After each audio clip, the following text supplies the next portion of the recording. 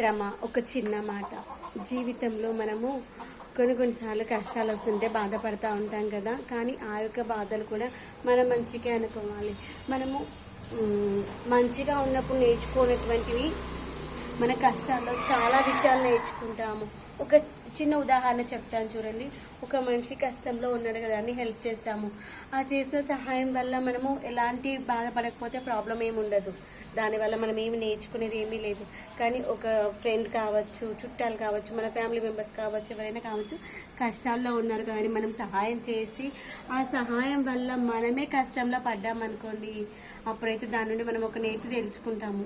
ఏంటి, ఎదుటి మనిషికి సహాయం చేసే ముందు దానివల్ల మనకి ఆపద వస్తుందా లేదా చూసుకొని మాత్రమే సహాయం చేయాలి అని.